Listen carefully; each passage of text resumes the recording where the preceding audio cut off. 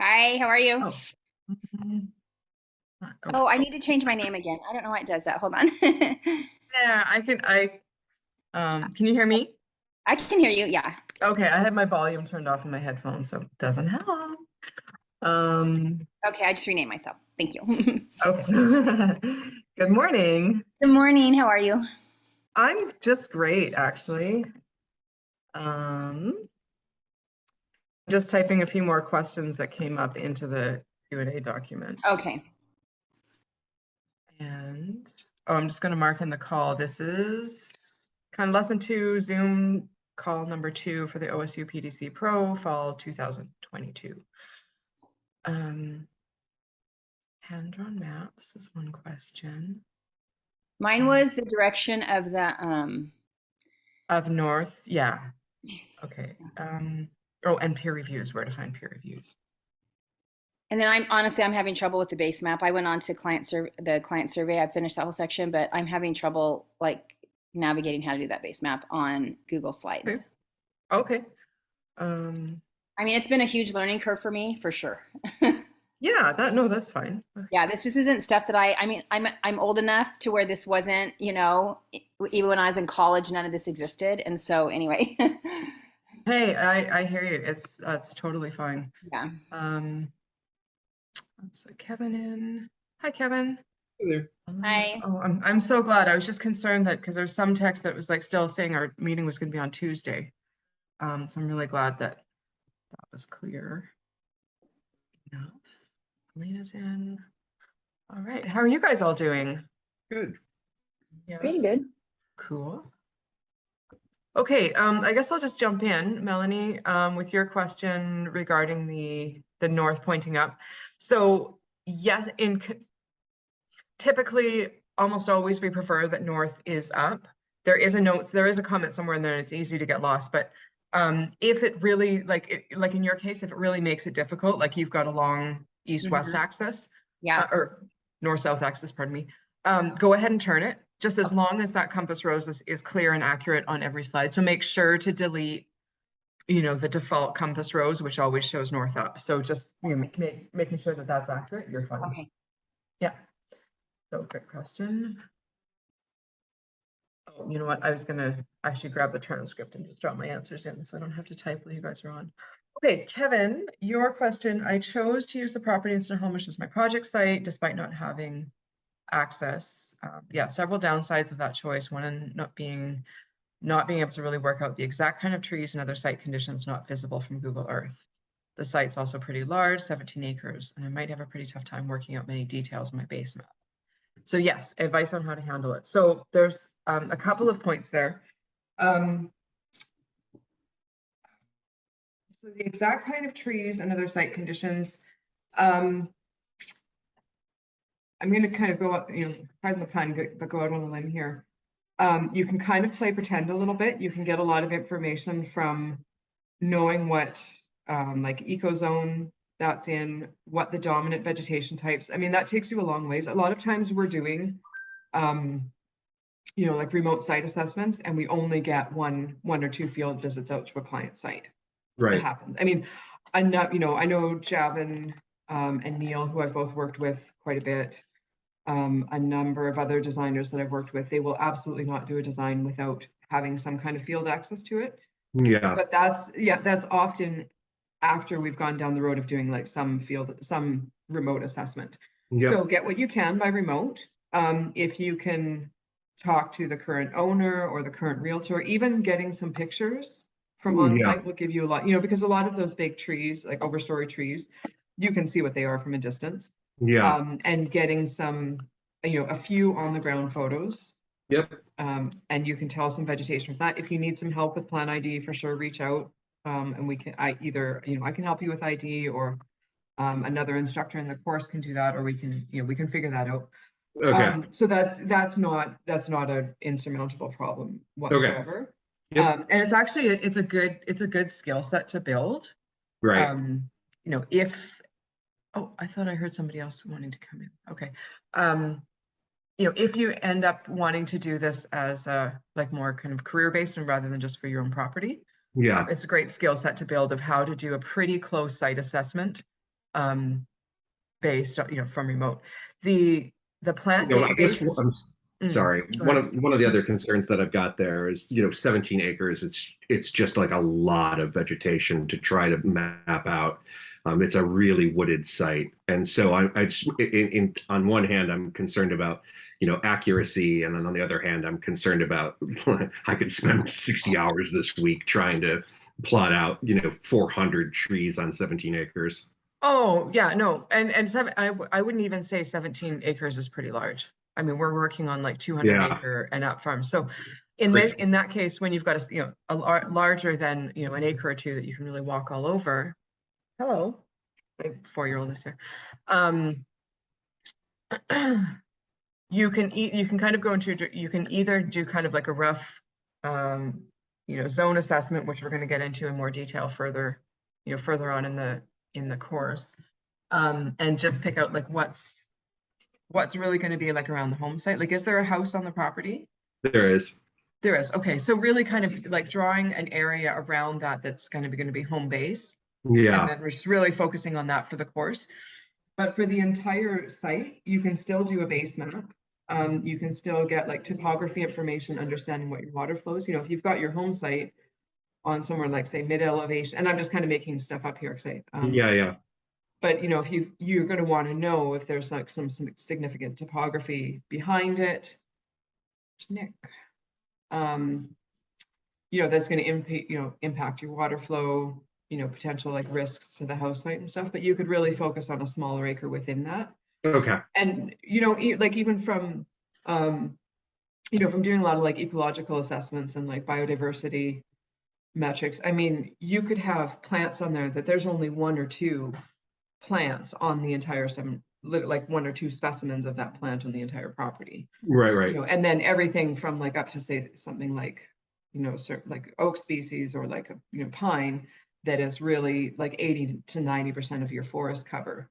So you're trying to capture those ones that are like the most common, that really define the site, and then get whatever level of resolution you can get to in a reasonable time, and always knowing that you can go back and if you end up on that property, over the years, you're going to find stuff that you're like, oh, I had no idea this is here. Right. Or it's something that returns because you've created some change that brings in bird species, and there's like some seed dispersal or something. So yeah, just really the base map of the whole 17 acres is going to be very useful. Yes.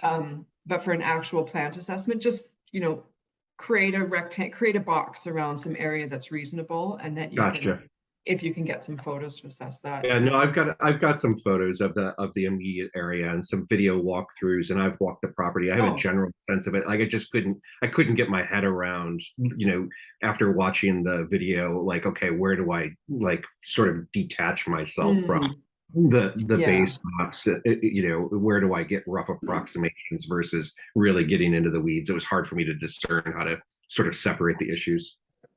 Yeah, no, okay, that's really good. And I try to keep in mind, like, if I moved onto the site and I've got, like, say within the first year or the first 2 years, is this going to like impact a decision I make? And so like, the roof line, yes, is probably is going to impact some of like the immediate like gardening and landscaping decisions, or fire management. Yeah. Whereas I guess part of it for me as well, just to sort of finish this thought out, is my intention is to build an area on that property that's orchard oriented. There's currently nothing. Where do you put the bee area? Like, where all of these things, and there's elevation issues, and there's potential flooding issues because it's next to a river, and so I'm trying to make it useful. In terms of the resolution of where this plant life is, and not really fully understanding the impact of some of that vegetation on some of the plans that I want to make. Okay, sure. So this is where, like, the way this course is laid out, and like kind of all, I know Andrew's background training and like this, the scale of permanence, and with like because we've taken some of the same frameworks in farm planning, and this is why we start with like water and climate, water topography, and forestry and like soil planning is actually quite further down the list. Yeah. Because by the site almost starts to design itself. In a lot of Right. ways it does, because you'll start to find things that just fall out as you realize, like, oh, there's actually a water flow through here, or there's some topography that's really going to influence that, or there's like a rare species pocket that you want to protect. So this Yeah. place that you had slated as, like, for instance, like a bee area is actually not going to be appropriate. And so it kind of, Right. that starts to, so if you come in trying to figure out where the bees are going to go or where the garden's going to go, Doesn't make any sense. yeah, you start cutting off options, or you start putting it in places that doesn't make sense. So really kind of just starting from like a big picture is totally fine and perfectly Yeah. appropriate. So Okay, fair enough. okay, does that help? It does. Okay. Now, two questions that Alan had asked in the discussion were that, and I don't see him in here, but I'll answer them anyway in case these are kind of hanging questions for any of you. But he was asking if hand-drawn maps are okay. And hand-drawn elements, taking a photo, inserting them into the template are totally fine. At any point, whether you end up wanting to do a hand-drawn map or a sketch of where you think things are going to go, just to sort of fill things out, or you really want to lean on hand-drawing maps. The only thing that I ask is with elements like that is that they really do be fit into the template slides, because as I'm scrolling through grading, it's very hard to like re-navigate each slide, because like the program automatically defaults to having the slide in the center of the screen, and it's really persnickety to like have to navigate, you know, a picture that's like half on, half off the slide. So I just ask that they be formatted to fit into that format, and then I can zoom in and out pretty easily based on that. But if they can still be formatted to work within that template, that's really helpful. And then how can we check that our peer review is completed and checked in? Are any of you having issues with that are on the call right now? I mean, I just put it in as a reply in our assignment thing. Was that okay? Yeah, that's fine. I didn't have any issues or any questions about this last semester, and I kind of completely ignored the peer review aspects. And then when I went into the grade book at the end of the course, it looked like everybody was marked kind of automatically. So I think the system is sort of set up to mark it automatically. So that doesn't, it seems like as long as you're making comments on other people's projects and get two at least for each lesson, then you're good. So I'll check into that in a little more detail, because there was a place that I could see that it could get entered, but as far as I know, as long as you're commenting, then that's fine. And if it's not, then I'll take that on myself to go back and double check it. So Alina, is it Alina or Elena? If you can, Elena. Yeah. Elena, okay. How are you doing? Any questions or? I'm doing good. I'm a little bit behind, so I started watching on just like videos for this lesson, but didn't have a chance to go through any even the presentation. I actually had some one question. It's about client survey. I'm going to interview myself. I guess like I'm working with my property, like our own property, and like I'm going to basically interview my husband and myself, right? Mm-hmm. Or it's just like I should just interview him and put all information what he like into the presentation. How does work? Yeah, do both of you. So Mm-hmm. yeah, put yourself in like the interviewee's shoes and yeah, interview both of you, or treat it as though you're interviewing both of you. Yeah. Okay. Yeah. I don't know if you want to know saw what Elena. both of you want. Yeah, but remember, there's 2 pages. Like, so there's one for just one client, and then underneath it, there's a space that, like, if you have 2, like, so I'm doing me and my spouse. So I just deleted that page up above, and that was correct, right? That just had one client. Yeah. That's what I was supposed to do, correct, Susan? Oh yeah, exactly. Okay. If you first is a single client, the second is multiple clients. Okay. Yeah.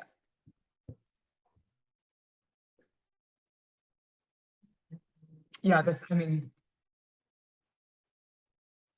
yeah, there's so much detail in this template that I sometimes I skip over. That's great, thank you. Anything else, Elena? I actually have have a question about peer review. I know that the deadline for our last assignment it's today. Is it like how hard these deadlines? Like should I do a peer review anyway, or it won't count in the end since I didn't finish Yeah, it no, until. go ahead and do it anyway. I mean, the deadlines are really to keep everyone on track because Oh, perfect. once you start falling behind, it's really hard to catch up. Like I had a student in the last course that, you know, just kept thinking he could catch up. Oh, I'm going to go back and fix these slides. I'm going to go back and do my peer review. And then in the last 2 weeks, I was like, you're not going to be able to do that. And he couldn't make up that time. So really try and keep on top of it. But no, going over the deadline is not a big deal. Not a big deal. Okay, perfect. Yeah. Thank you. And also, I'm pretty curious, like, what we're going to we have like a really intense pace from my opinion, and we're going to basically finish all. I feels like all topics by December. And what are we going to do until March? Like, are we going to just review our presentations and add the information that we're missing? Like, how does it look for us, like who has this long course? There's an assignment.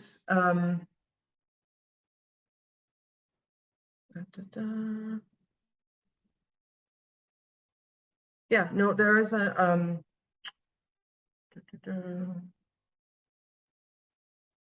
me see, I'm trying to see what the schedule will be, because it's, you know, it's off. You know, you will have an assignment every 2 weeks until March. So I think how it goes is that the last assignment is due the week before the course formally ends. But you will have an assignment every. Yeah. Okay.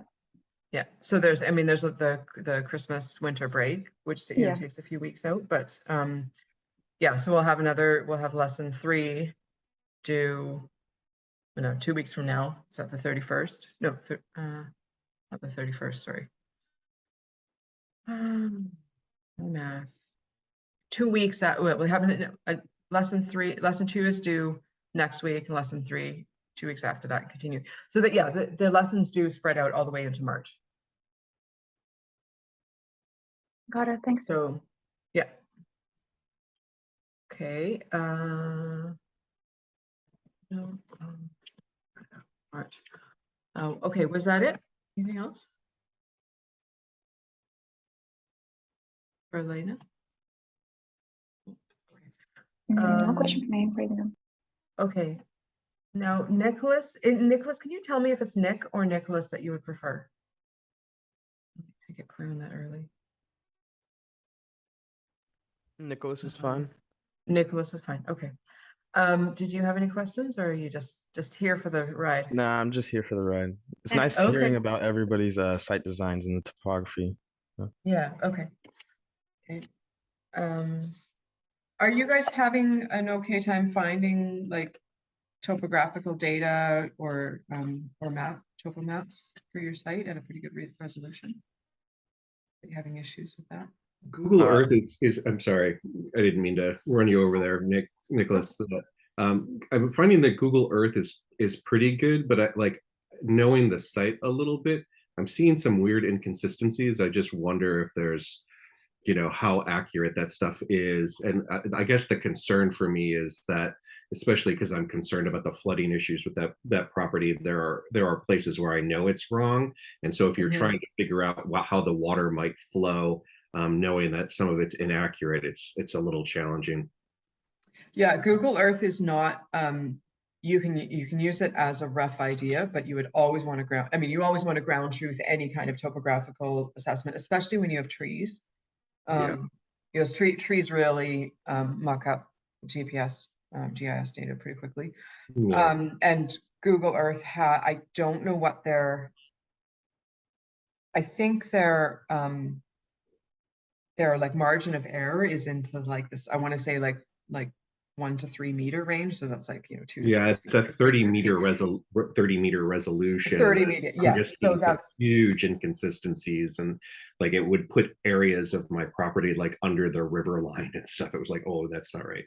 Yeah, so what you really want to be doing is if you can find your county data, county GIS data. And California is really good in that most of the state now has been mapped with LiDAR data, which is much higher resolution. So you were I closer think to that like a I thought meter. that I thought that Google Earth was supposed to be leveraging the LiDAR for the no. Okay, I'll No. seek it out then. Okay, and if you are having any problems accessing that LiDAR data or getting a visual, let me know and I'll see if I can bird dog that a little bit for you. I'm traveling Okay. this week. Like we're going to be flying, like traveling and flying back Thursday and Wednesday and Thursday, and then Friday is probably just going to be a zoo with kind of landing and settling back in.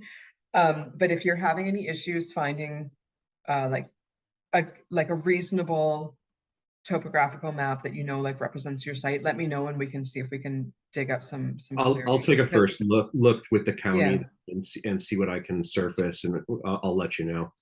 Yeah, most have some kind of a public data portal. And map. And if you get the map up and you screenshot it, like you don't have to learn how to Right. work with GIS data Yeah. at this point. I can refer you to some excellent QGIS courses that are actually some of the best, really the best in the world, literally for farm planning. Yeah. But don't worry about that for this course. But yeah, if we can get you a pretty clear, higher resolution map that's better than Google Earth, that would be helpful. Awesome. I'll have a first look and let you know. Okay. Hi, Linda and Hi. Tyler. So you guys drop in. Hey. Sorry about that. Hey, do you guys have any questions? Other than the fact that it's going to take a million years for me to draw squiggly lines. Oh no, what kind of squiggly lines are you trying to draw? Like what, like water? Actually, Or- well, I'm so sorry I entered into this late, so I apologize if somebody's already asked, but I feel like to get a really nice, professional looking base map, you sort of have to have, you need to purchase software. Would you agree or no? No, you don't. Your site is just a few acres, right? Yeah. Is that right? Okay. So to get a decent, I mean, you can use Google Earth Pro for a search and it's free. Yeah. For a decent satellite map. And Kevin was just referencing this question, but if you want clear like topographical data, you can find it through county. There's usually a county public data portal with clear GIS data, and you don't need to download the raw data and get into like shape files and everything. Most of them will have a KML. If you have a KML or a KMZ, you can download it and then open that up in Google Earth Pro. And that'll be higher resolution than the whatever Google Earth has got. But you can also, a lot of them will have a visualizer, and so you can just screenshot that topographical map of your site, and that's fine. Like, because it'll show you the shapes, and it should give you some elevation and stuff. But it'll be higher resolution than what's. Yeah, I found the elevation element very interesting, so I could kind of see, our property is on a slope on 3 sides, so you could kind of see where you would put a swale based on just by tracking the same elevation all the way around. I believe that's what you would do. Anyways, it was fascinating. And then from the that side, from the template, they have sort of the little tree and a rock and stuff like that. So I just took those, cut and paste them, copied them over. Is that the most effective way to do it? Right now. I'm sorry, say again? Is it in your template right now? Oh, I see. Okay, so you've got your image up here. Yeah. I have to go back and decrease the resolution of the actual Google screenshot. That I need to redo that. But I found that if I just went over to that legend on the side and then like copied a little tree, I could then paste it on over the top. Yep, you're fine. Yeah, Okay. can I share your screen? Or Oh, can I God. share my screen with your, yeah, you know, because what you did is perfectly fine. I mean, you're clarifying Okay. what's on the base map. So keep in mind, you're going to be wanting to use this over and over again, so making it as clear as possible. Yeah, I yeah, think it's helpful to have a base map with the satellite image underneath, but really making sure that you've also got a base map that's basically just lines okay. that you can All pull right. out. And so this is where, and I spoke to this in the previous lesson, this is where you really want to make sure your base map is directly above. So you're not taking it any Okay. kind of like an oblique angle. So if you can see, you know, if you can see like a wall of the house or something, then you've got it oblique. And so just, you can use the what do you call it? Like the orientation arrows on Google Earth to straighten it Yeah. out. But Yeah. what you did is totally fine, like using these circles to really delineate where the trees are, what the tree cover is. That's perfectly fine. And it really helps clarify, you know, what your roof lines are, where your buildings are. So that's great. That's totally fine. Yeah, I was least happy with my, as you can see, the black lines on there to you know, indicate where the concrete is. I'm like, that's not going to work. It's a little I rough see what you looking. mean. Now, Yeah. are those lines that So, you made with PowerPoint or with Google Earth? with Google Earth, I tried Okay. PowerPoint. I just couldn't figure it out. So, is it better Yeah, in it's not. PowerPoint? Okay. I hate to, I always hazard to use like better, you know, because some people just find Google Earth easier to work with. I like using Google Earth for something like that, because then you can really like, you know, map out your points and you can adjust them. And Right. PowerPoint's a little trickier to do that with.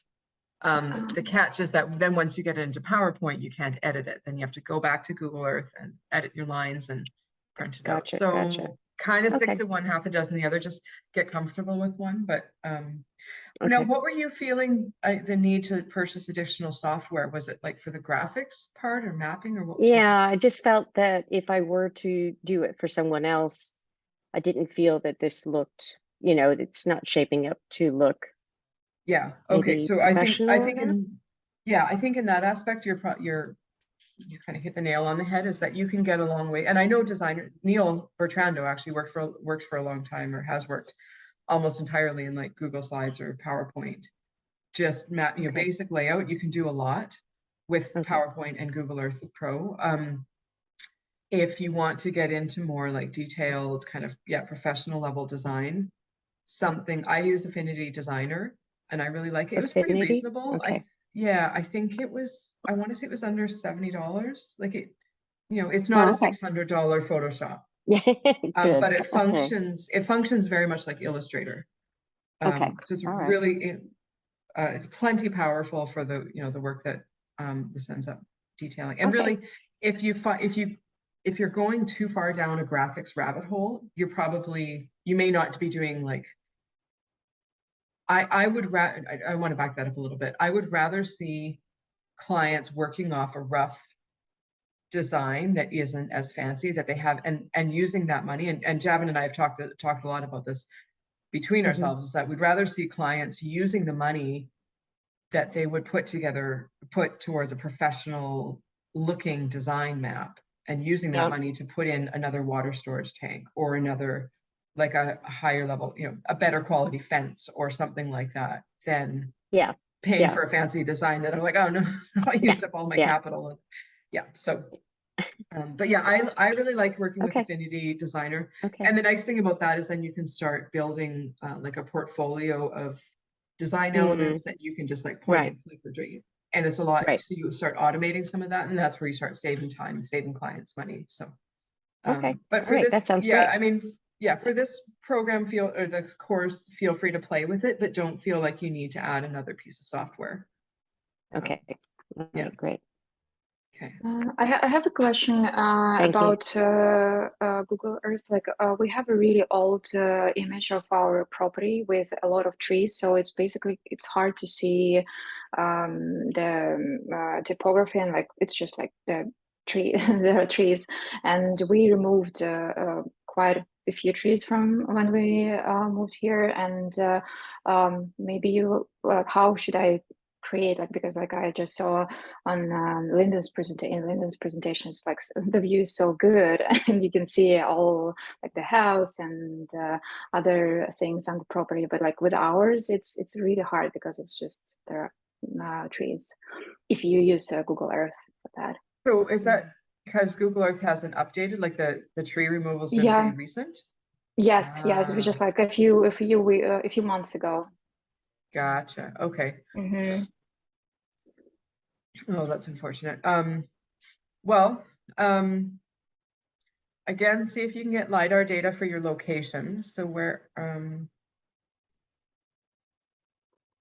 again, if it's really tree, then the LiDAR data is going to be based on that, and trees really muck up your, can really muck up that overhead. So you're in Novato.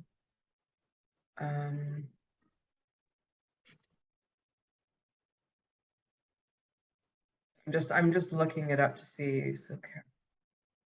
There's a California LiDAR data status map status. Okay.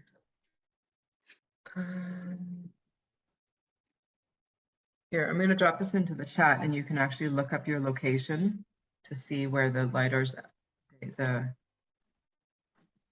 so where the assessment's at. So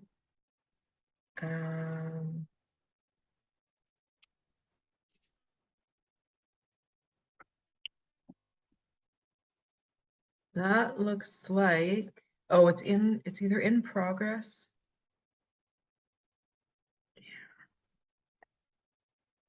Yeah. They use greens that are very similar to one another. So it's either in progress or planned and funded, which is not really what you want to hear.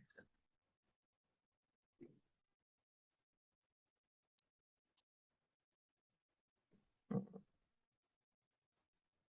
think it's in progress. Yeah. Okay. So Yeah, it feels like it's in progress. Yeah. Yeah. Okay. How many acres are you on again? We have just a quarter of an acre, so it's not a big property. Oh, okay. Okay. So I'm in your, let me see. I go to your design site. Oh yeah, you've got that steep slope behind you. Yep. Is that right? Yeah. Okay.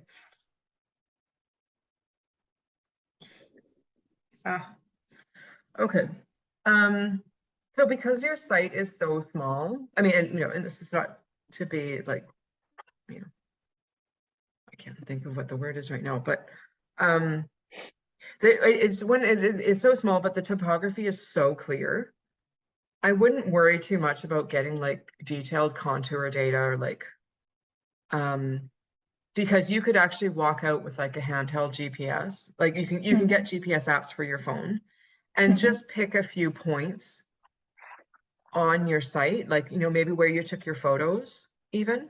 I mean, looking because you've got a pretty good spread of where you took your photos. Just get an elevation from that. You can, the Agrarian's Handbook gives a really, I mean, it's very, very detailed, but it's a really good overview of how to do basically a manual topography map, just using like handheld GPS or like a laser site level. So if you want to get into that level of detail, you could do that. And I can point you where to get that book. I think they're still selling for like, I want to say they're $20 a chapter, and it's well worth it. Okay. Yeah, that would be great. Okay, I'll drop it into the chat so the Agrarians work. So this actually brings up a good point. If you are going to go forward and do it as a, profession, I had mentioned to you that we had a site analysis done, and then I realized, I think I want to do this myself. Of course, it was a lot of money. And they put up a drone and they took all the, so okay. I feel like, and I'm not using, nothing's really changed. So they basically charge a lot of money to take pictures and it looks exactly the same.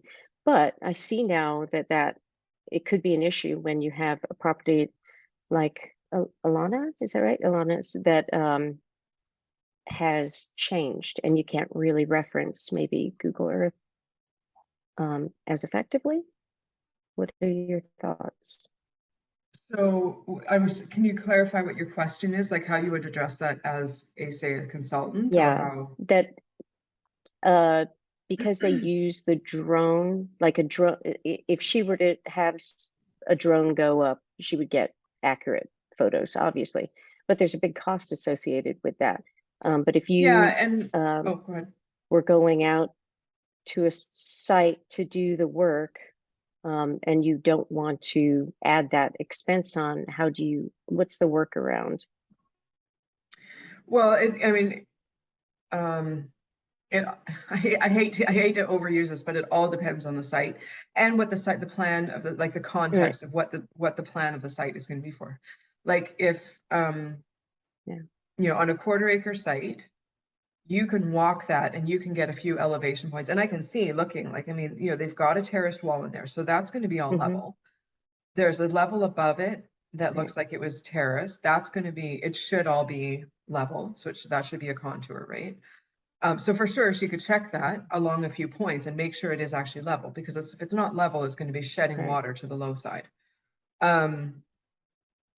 Getting a drone onto a property like that, I mean, most companies are going to charge, like a call out fee, and then, just to go to the site, a base mapping fee, and then however long it takes them to do the drone assessment. So like the 3D, like the drone guy that I don't work with him, but a client that I work with is working with him. That's a $5,000 base just to get started with drone mapping, right?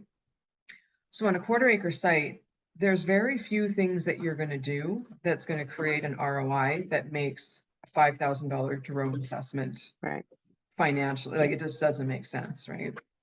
On a 200 acre property, where you might have significant topography, or like some big restoration issues, it is probably going to make a lot more sense. So there's a lot of that, like, okay, when is this going to make sense? And if there's been a large amount of change, then for sure it might be worth going back and re-imaging that site. But yeah, as long as if the initial drone mapping was done accurately, then the ground hasn't changed. If the tree cover has changed, then the tree covers change, and you can get that from imagery. You don't need to have all the GIS data, because the GIS data is supposed to be measuring from to the ground, right? Not from from the tree canopy height. So yeah. Right. So Alana, sorry. You just call me Ellie. It's easy. Ellie, okay. Ellie. And it's not difficult, but I have friends that are Elena and Alana, so I'm like, oh yeah. Mentally, my brain is flipping back. But if, let me see, now I have to go. Yeah, if the data from a new imagery is going to be so much more accurate because the trees are gone, and it was a bigger site, I would say, yeah, maybe you might want to look into costing out whether or not that'd be worth doing. On a site like this, where it's like, I mean, I can look at the site and see what some of the risks are. I mean, you've got a steep slope going right into the back of your house. So those are like sort of high level things that, I mean, yeah, you can get detailed drone data, like GIS data and a drone flyover and everything. It's not going to tell you anything new that you can't already see from the ground. And it's nice that we have all this technology available, and it's really creates really beautiful images and all of that. But when it doesn't add a lot of value, don't use that, that capital, those resources, your time, your energy, getting more imagery, because it's not adding anything. It makes sense. Does that make sense? Okay. Good point. Yeah. Okay. Susan, can I go back to Linda's base map? I just have a couple questions. Absolutely, sure. So Linda, is that okay with you? No, you don't Yes. need to pull it back up. Yeah. Oh, okay. Okay. So her base map, she basically screenshot something from Google Earth, and she added in all those things. I was looking at one of the samples in the presentation, and they had it more like the more graphics. Do you know what I mean? Like they had things, the house like whited out. Do you know what I mean? Everything was like graphically done and not like the actual photo. Does it matter which way we do it? Because I was like, do I do the graphics on top of Google Earth and then delete Yeah. that underneath? I didn't know what to do. Okay, I did make I think maybe it was before you jumped in, but it is, to me, it's very useful to have both, but have, use the satellite imagery to make sure everything's like accurate in the right places, but make sure that you can delete that satellite imagery out from underneath it, Okay. and that you can see where all those elements lie. Because then you could take that base map and lay it on top of a more detailed topography. Right. Like if those topographic lines are just taken from Google Earth, once she gets really solid data, Linda, once you get really like very clear geographic data. Now, are these lines coming out of the drone mapping? Do you know what the You resolution mean is? this? No. It's what I did from, I just did it on Google Earth and then took a screenshot. But I think I need to go Okay. back and watch some more videos because I know that you can grayscale the background, and I should have done that first, and You then can put my grain- you lines on top can- of it. Oh, I see. Okay, yeah. So you could, Yeah. You can also, Yeah. Oh, I guess if you're getting into drawing your base map in Google Earth and then copying the image, that's, yeah, okay. I was gonna say you could also just copy the satellite image and then just grayscale it in PowerPoint and draw your base map on top of it. So that's where you're using more like Right. Google Slides as your Yeah. graphic editor. I just found that using the elevation and just moving my cursor was able to sort of allow on Google Earth was allowing me to see those white lines that are in there are all the same elevation. And so I hadn't, Oh, I so don't that's think what I'd you were marked doing it here yet, but they're all manually. like, yeah, it's just okay. going with the with my cursor, and then it's like, call it 100 or 1100 feet.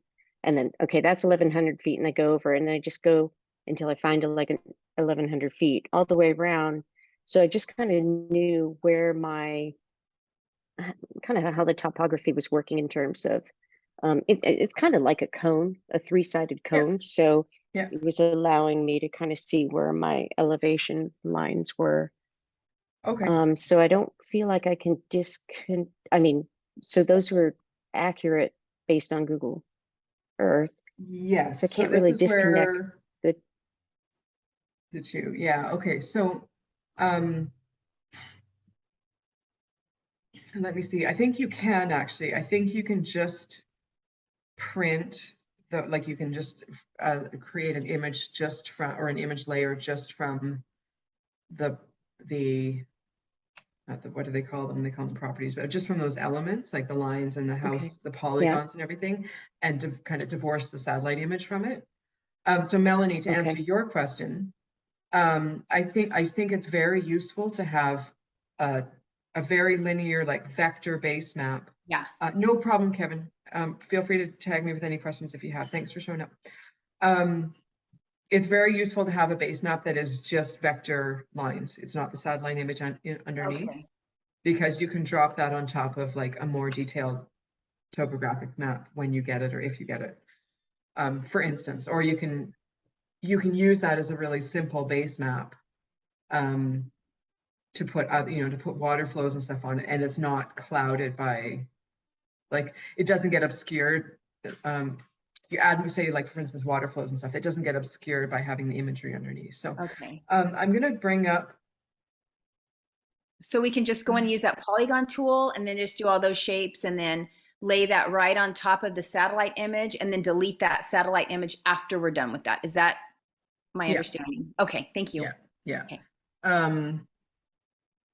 But doing both, like, so if I probably do both then, right? Like do the satellite like Linda did and add a slide and do the more like linear one.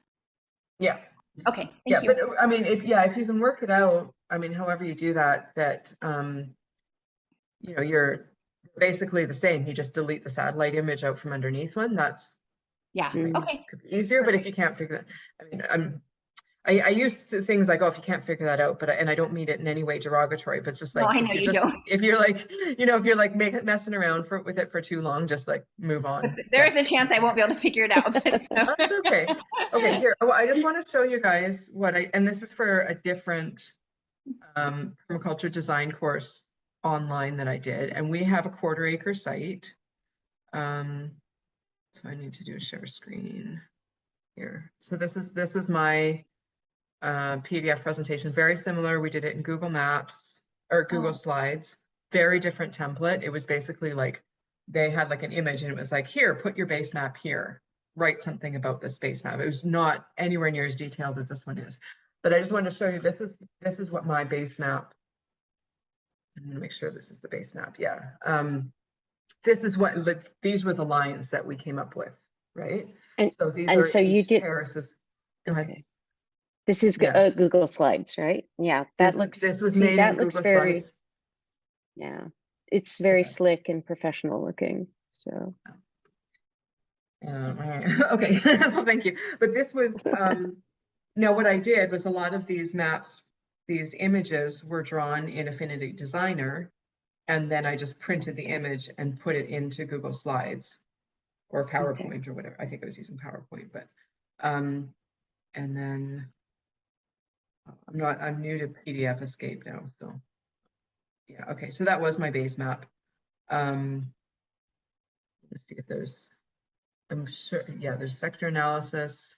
This is where I had, having that base map, I could just bring it up and then I could add all the flows and everything onto it without having that cluttering of the satellite image underneath.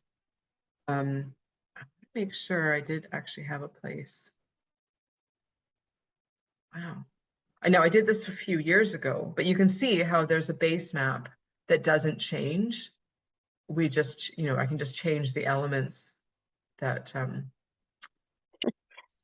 assuming that after a while, it won't take hours and hours and hours oh, to do this. No, it won't. And I mean, it, or it might because you're getting into like more detail or you're finding more things, but yeah, I don't, Right. you do get more comfortable with it for sure. Oh, that's so funny. I didn't actually do, I never did a drawn base map over top of the, I never did it, like the vector base map over top of a satellite image. So there you go. But having that vector map will carry, like you'll keep copying it, you'll keep using it throughout the course. So maybe flip forward into future slides and see where we use the base map elsewhere and say like, oh, okay, if I add all these elements onto it, it's just going to be like a cluttered mess. So.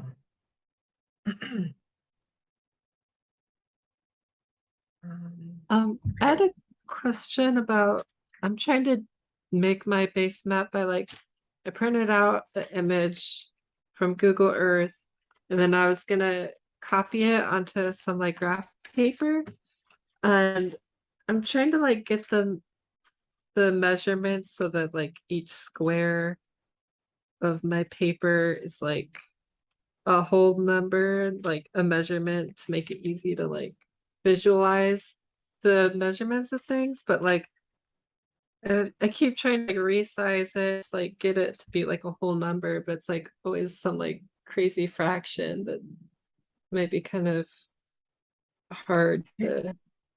I think I'm not understanding your question exactly. I guess I just don't know how to make my scale for the graph paper, like each square equal like a whole measurement instead of like a fraction of like a foot or something, you know what I mean? Okay. You're all, let me see.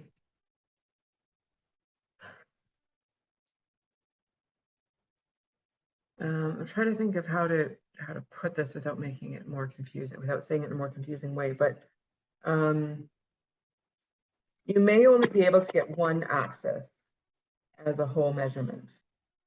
Now, if I say it that way, does it make sense? If you've got oh, go ahead. What do you mean by like axis? Like the Okay, so you've got like an X, X is your horizontal and Y is your vertical axis. So you know, if you've got a house that's say like 20 feet long by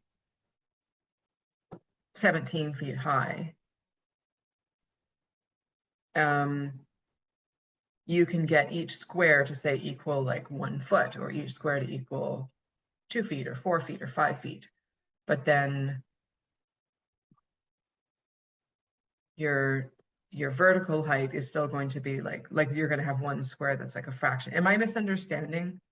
No, Okay. it's not that the, like, obviously when I draw it on the graph papers, there's gonna be parts of the house or whatever that are like a whole square.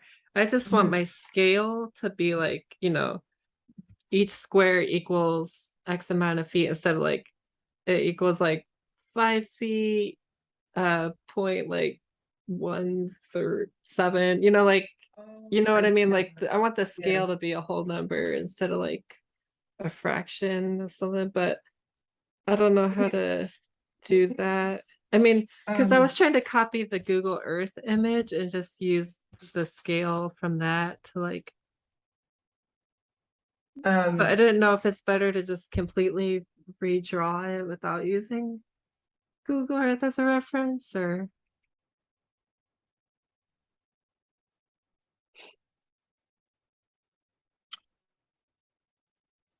I think I might need to walk through it, like just to see exactly what's going on. But what I would do is take, like, if you're working with graph paper, take the longest axis that you have, so the longest measurement, and Hmm. then, you know, and get that to fit the way you want it to. So,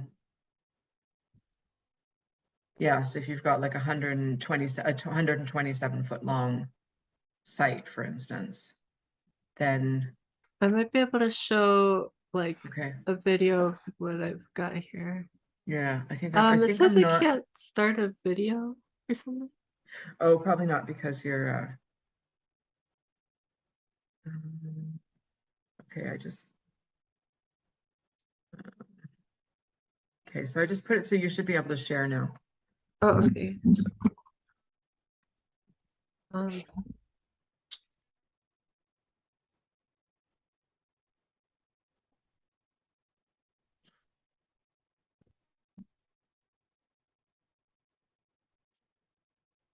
sorry. Trying to get this to work. But yeah, just I don't know if this helps explain it, but I just printed out a Oh, Google Earth I satellite can't see image. anything because your video's, oh, ask to start video. Your video's not Oh, on, so I okay, can't see there. anything. Oh wait, it says cannot start video. So I don't know. I'll just Can you record it and send it to me? And I can take a okay, look. yeah.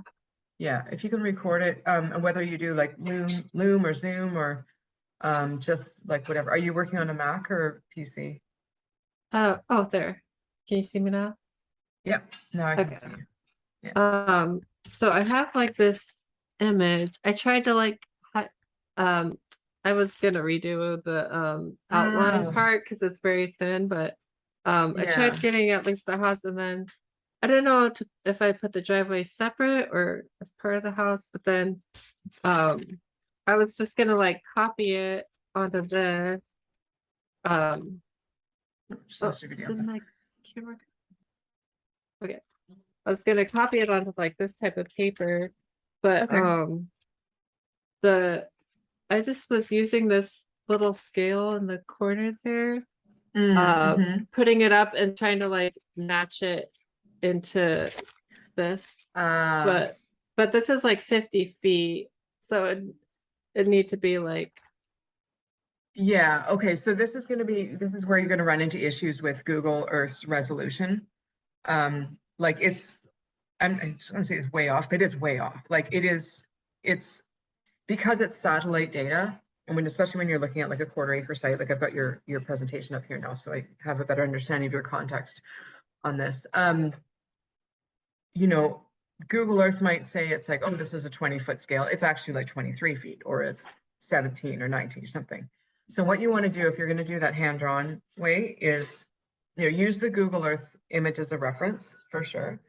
but get out there with a tape measure or a wheel tape, which I think wheel tapes are going to run, you know, if you want to do this, you know, runs you like 20, 30 bucks or something, but really measure things in person. And you can start off like mapping it, you know, drawing it out, just writing numbers in on your Google Earth sheet. And so you've got like, you know, the northwest axis of a house is 23 feet and your east-west axis of, or east, north, south, you know, you get what I mean. But, you know, that those lines that you've actually gotten out there with some kind of a tape measure and measured it, because especially for a small site, if you start doing that with Google Earth measurements, you're going to be all over the place. Okay. Like, and that's what I found with our small site, was just like, it, I'm even glad you getting said out there that with the tape because measure. I did take some like actual measurements outside and they were like not fitting with the Google Earth. I'm like, did I do the measurements wrong? And I was like No. not sure how to like reconcile the different data I was getting to like. And this is, you know, this is one of the hangups of like, you know, having the fancy tech to work with now, is like, it makes you second guess reality, which is not supposed to do. It's supposed to like give you an idea and then you go and double check reality against it, right? And I mean, believe your tape. You know, your tape is calibrated, you know, even if you walked it out in steps, it's probably going to be more accurate if you know approximately, if you know your shoe size, right? You can figure it out. But go to reality first. Use your Google Earth printout to make sure you've got all the right, you know, got the lines and you've got them where they are, and like kind of, but yeah, look to reality first for sure. So then do I just not bother trying to like copy the Earth image onto the graph paper, or do I No. Yeah, so like do I would, just Mm. yeah, sorry. So I keep interrupting you, and my apologies. Sorry, I'll answer that question. Rather than copying your image onto your graph paper, get your graph paper lined out with your measurements that you know are accurate. So, you know, your property boundary, the size and shape and orientation of your house, which you can get, you know, there's lots of Google apps where you, or not Google apps, pardon me, phone apps where you can get like, you know, angles and stuff, like for like with a compass. So you know what direction, you know, an angle is, and on your house, if it's, you know, not perfectly north to south, which is probably not going to be. Get those lines down on your graph paper, and then if you want to superimpose the satellite image behind, take a picture of your base map or scan it or whatever you've got access to or whatever works for you. Get a very clear picture of that base map, get it loaded up, and then you can draw out those lines, if you know, or just superimpose the image on top of your Google Earth, on top of the satellite image. Do you know how to import an image into Google Earth and do that? Because then you can like wiggle the line. Okay, I'll show you guys. No. I think I can do this pretty quickly. Okay. I've got about 4 minutes and then I do have to cut, but close. Let me see. Oh, this is perfect. I've got a site here that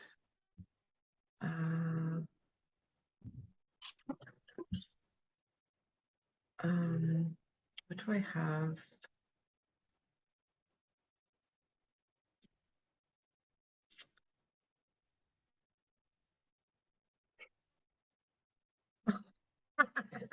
Oh no, my mom just brought us, like, we just went out for coffee because my mom brought us more coffee. Great. Nice. Yeah, nice, thank you.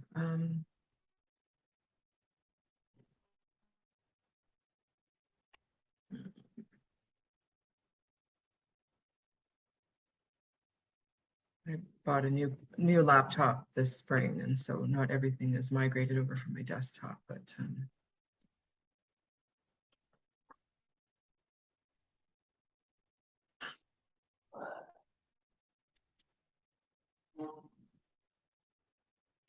who did I draw a site map for?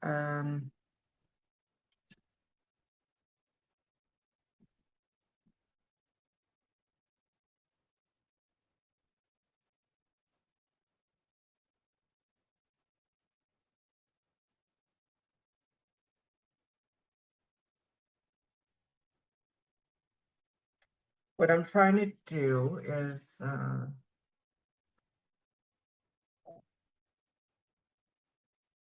trying to find an image that I can overlay onto, here we go, onto Google Earth Pro and show you guys how. Super draft base map, why not?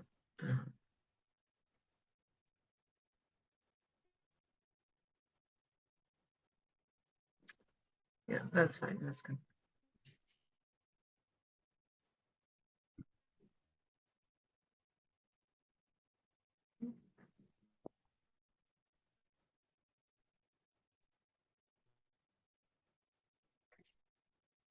All right, so now let me share the screen.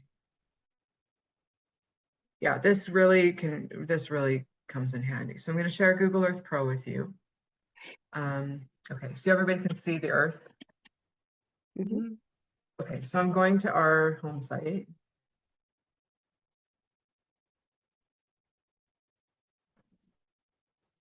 Turn off.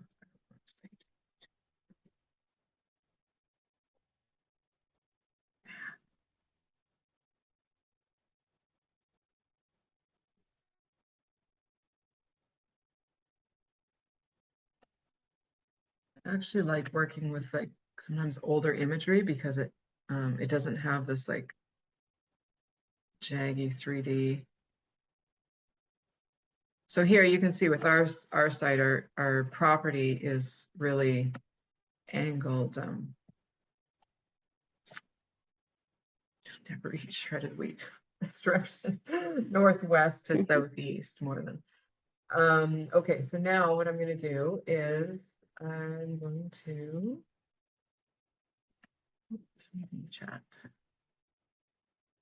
Okay, thanks for Elena, and the recording will be up. I'll post the link as soon. I just have to record the like transcribe it and convert it and everything.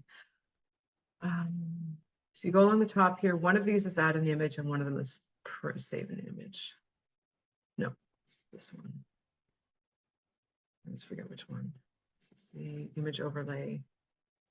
Yeah. Okay, I'm just going to make overlay. And then I want to browse. I'm going to go to downloads. Here's my map base map. See, now if I don't want it opaque, I want it to be pretty transparent.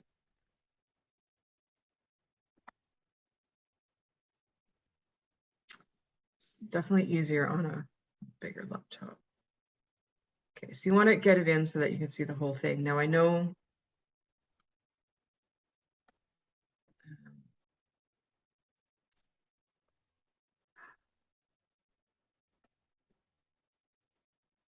I mean, you guys can see, I haven't worked in this role. I've been doing more like data consulting, and I haven't done a lot of this imagery stuff for a while. So it's like, you can see it. I mean, you get rusty quick, and it's not a big deal if like it takes all of us a little bit of time.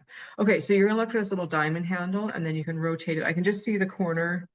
This is the bottom of the property, like, because I can see the base map as a whole sheet, right? So you can take this little diamond and turn it. And then you just sort of squish your corners around.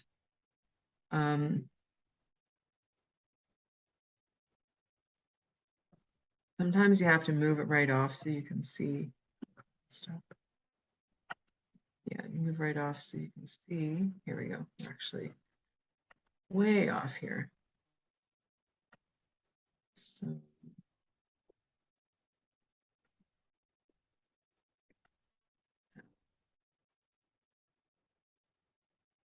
yeah, like I have to move this all the way in. Like this is where our base map is. Zoom in a little bit. But if, you know, assuming this image was like the actual base map, you'd have to play around with zooming in and out so that you can see it. But you can basically drag the image around, you can rotate it, you can resize it, and then you would end up with showing the base map on top. What I'm trying to get at is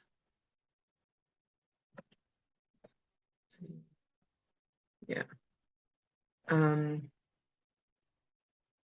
trying to get at the timeline. No, they've moved. Oh, here we go. Here's the timeline. There we go. I don't want to go all the way back to 1985, but why not? Here we go. So if we move it back a little bit, we lose that crazy 3D. 2009 is a little bit far. So 2012 is like, you know, this, here we go.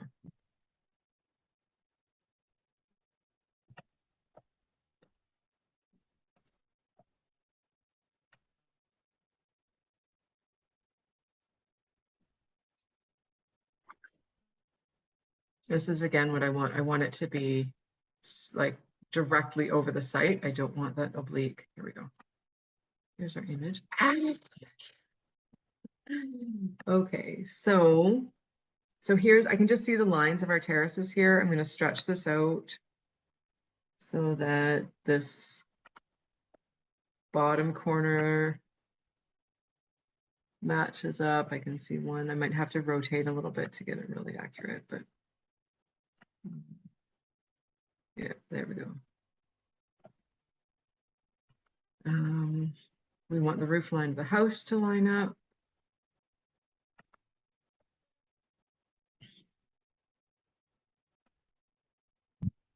Yeah, okay, so see now, I don't know if you can see it. There's a little line where the driveway ends right there. So I lined that up with the green. I can see this is the driveway. This line where the garage is, that's off. I can see there's a water tank here. This is, you know, here's the roof line of the house. I haven't got it all lined up properly, but hopefully you can kind of see what I'm doing enough here that you could get an idea of how you could do this. So then, you know that this image is lined up. You know, you could that's, you know, you could show that base map of your Google Earth overlaid there, but then you can make sure that your base map is accurate by doing the actual measurements. Did that help? Or did it just Yeah. Okay. So, I mean, I think I'm just gonna keep I'm just gonna use the graph paper as my base map. But yeah, Okay. there was just one other quick question, if it's okay, about the topography. Like my land is pretty flat and it's like a small area, so I don't know if I should. I mean, there are certain spots that like we've like made higher, like with, you know, but it's like it's not really like there's not any like topography like data, I think, that's that detailed for the where I'm at. Okay. So I guess I just didn't know what I should do I to. see. Oh, I see. Yeah, okay. You could do something similar to what Elena did, or Alana, you know, with just getting, you know, get out with her, or, you know, what she could do, find like a little GIS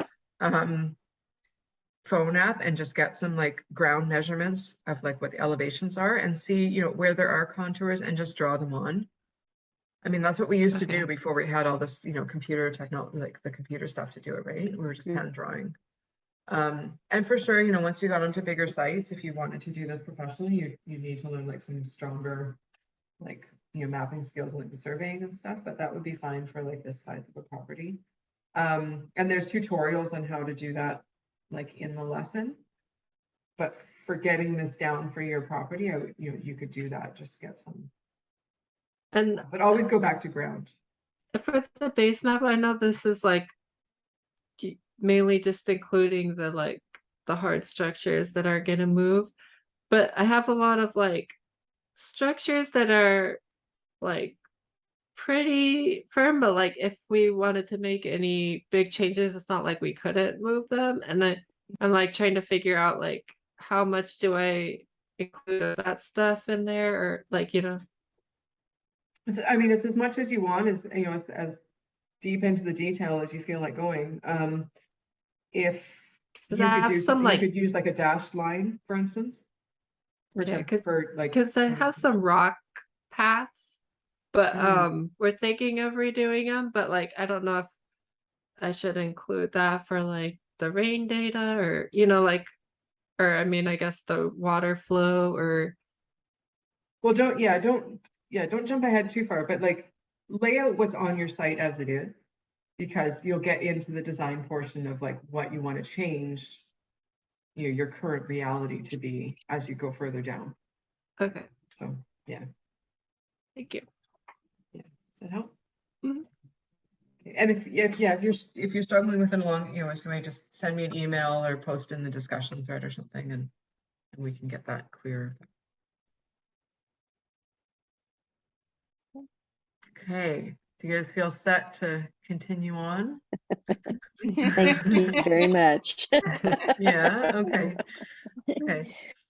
Thank All you, Susan. across California, we're drawing squiggly lines. Oh, Thank you it's very much. fine. You know, you start, you know, one of my first PDC I took with Jeff Lawton, and he kept hammering the point. He's like, if you do any kind of a design process, you're way ahead of what everybody else is doing.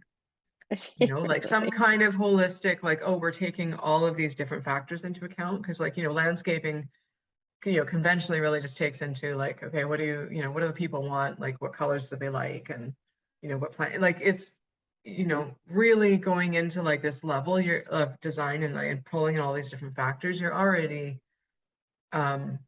you know, kind of really advancing like what we're doing for, you know, for land management. So, you know, and you're learning, you're taking a course, right? You're not expected to know this going in. So yeah, you're doing fine. You're all doing Well, great.